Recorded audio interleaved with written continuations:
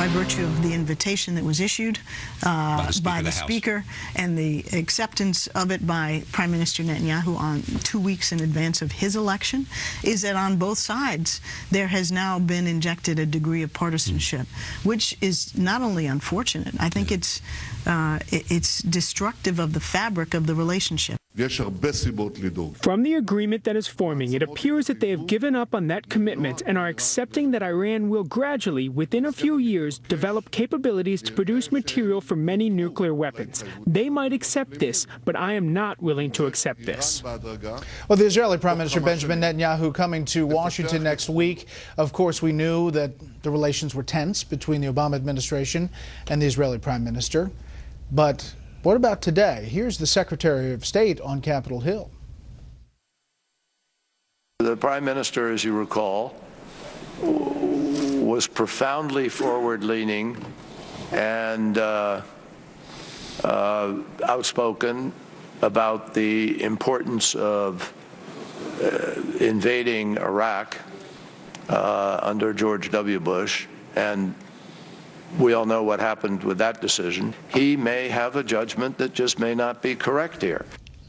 So let's start there. Let's bring in our panel. Syndicated columnist George Will, Charles Lane, opinion writer for the Washington Post, and syndicated columnist Charles Krauthammer. Charles. That Kerry statement is rather rich. He talks about Netanyahu supporting the Iraq war. Now let's remember that was in 2003. Netanyahu did not become prime minister until 6 years later.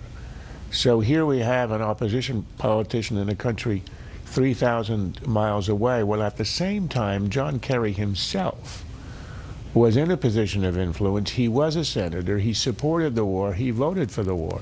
A year later, when he ran for the presidency, he continued support of the war. So we, perhaps, by Kerry's own logic, we ought to be questioning his judgment. And I would say that his performance in the job he has now as a diplomat, somebody exercising judgment, is not exactly sterling.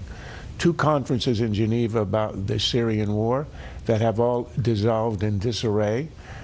He tried to get negotiations between Israel and the Palestinians at a point where everyone knew it would not succeed.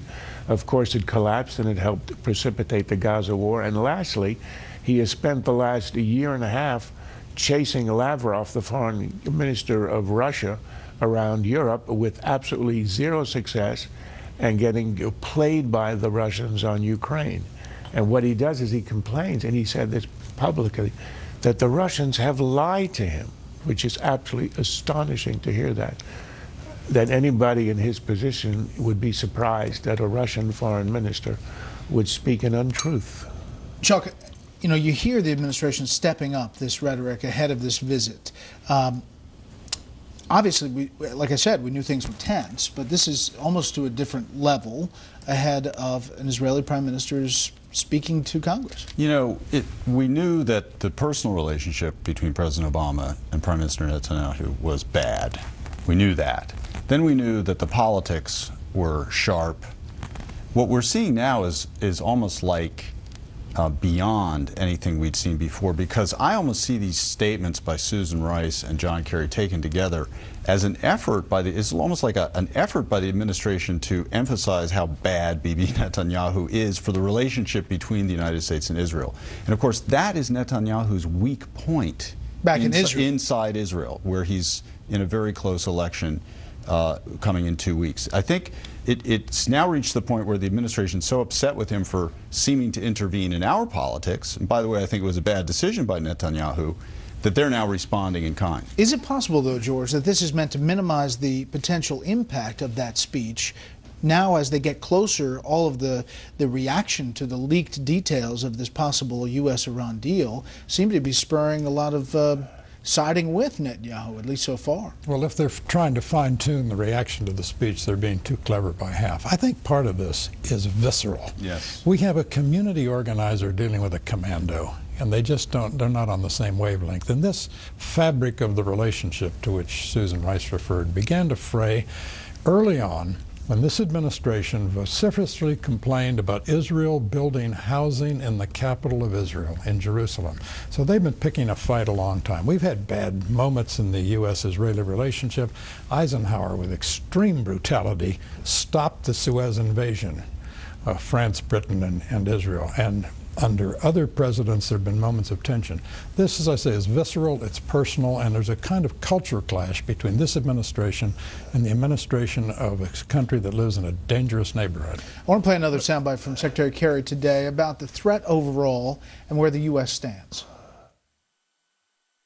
Our citizens, our world today is actually, despite ISIL, despite the visible killings that you see, and how horrific they are, we are actually living in a period of less daily threat to Americans and to people in the world than normally, less deaths, less violent deaths today than through the last century. Well, this comes on a day, obviously, when you had 3 men arrested in New York City for alleging support of ISIS, possibly planning to commit acts of terror around New York City. What about this statement and how it fits in? This idea that we are not in the middle of a world war, it's not the Battle of Verdun, it's not D-Day, is somewhat irrelevant. The real issue is what's happening to American influence, what's happening to American interests, and what's happening to American allies and adversaries. The other guys are on the march. You see it in Iran, you see it across the Shiite crescent, you see what happened in Yemen, the panicked evacuation of a U.S. embassy, and they are pretending that our threats are lower. Their own heads of intelligence have spoken to Congress and said that the hair stands on the back of their heads as a result of the threats that they are seeing, and it is the highest since 9/11. So it's an obvious attempt to pretend that everything is okay. The president has done the same thing, and it really doesn't wash. I mean, Chuck, it comes after the president did this interview where he said the media hypes the terrorist threat. If it bleeds, it leads. It seems like a messaging. Yeah, there really is, and again, I'm a little mystified at this, because if you go too far in this direction, sort of trying to correct the threat exaggeration that you see, well, you could sound complacent. And this quote from John Kerry, I don't know what else comes in the context. This is the kind of thing that can get thrown back in your face the minute there's any sort of attack. In fact, I believe there were just some arrests today. Yeah, New York City. Yeah, of the people, you know, going over to ISIS. So, you know, to sort of stack up today's body count against a century in which the average includes all of World War II is not necessarily the best way to calculate what the threat is. Still, by whatever metric you want to pick, it does seem to me that the danger of a human being on this planet dying from organized military force and violence is exceptionally low today. So you're buying the Kerry stat? By and large, he's right. Between, as Charles said, everything's fine, and we're in imminent peril, there is a middle ground, and that's where we are. Next up. Oh, go ahead. Wait until Iran has the bomb. That calculation will change radically. Good thing we waited for that positive ending point. I can't let you end on a happy note. Okay, next up, Rahm Emanuel's political struggles in Chicago and what that says about Democrats overall.